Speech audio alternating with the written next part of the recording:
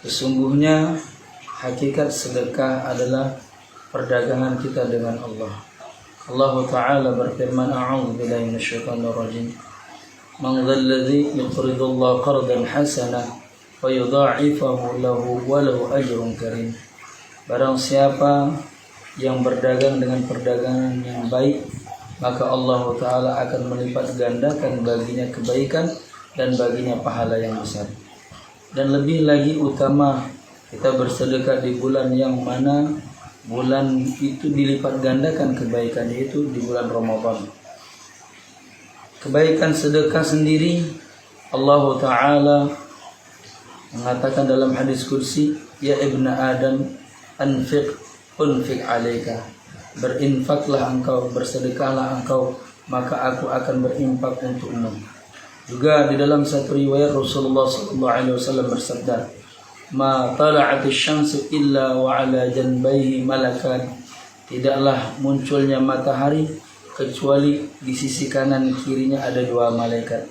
Yaqulu ahaduhuma, yang berkata satu dari antara malaikat tadi, Allahumma a'ti munfiqan khalafan.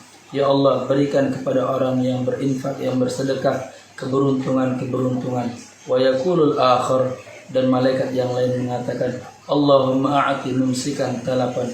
Ya Allah, berikan kepada orang yang kikir, yaitu kebinasaan.